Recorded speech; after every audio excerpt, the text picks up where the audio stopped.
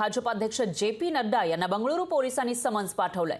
J P. Nadda यांच्यासह अमित मालवीय यांना सुद्धा बंगळुरू पोलिसांनी समन्स पाठवलेलं आहे। आक्षेपार्ह पोस्ट प्रकरणात पोलिसांसमोर हजर राहण्यासाठी नड्डांना एका आठवड्याची मुदत देण्यात आली आहे। भाजपच्या कर्नाटकच्या युनिटने आक्षेपार्ह व्हिडिओ पोस्ट केला होता। निवडणूक आयोगाच्या कारवाईनंतर पोलिसांनी कारवाई केल्याचं पाहायला मिळालं आहे आणि आता भाजप अध्यक्ष जे.पी. नड्डा यांनी एक द्वेष पसरवणारं वक्तव्य केल्याचा आरोप केला जातोय आणि त्या पार्श्वभूमीवर बंगळुरू पोलिसांनी त्यांना हे समन्स बजावल्याचं पाहायला मिळतं आणि एका आठवड्यामध्ये या पोलिसांसमोर हजर राहण्यासाठी नड्डांना एका आठवड्याची मुदत दिल्याची माहिती सुद्धा समोर येते। त्यामुळे आता भाजपचे राष्ट्रीय अध्यक्ष जे.पी. नड्डा निवडणुकीच्या धामधुमीमध्ये एका आठवड्यात कर्नाटकच्या पोलिसांसमोर हजर राहतात का ते बघावं लागेल।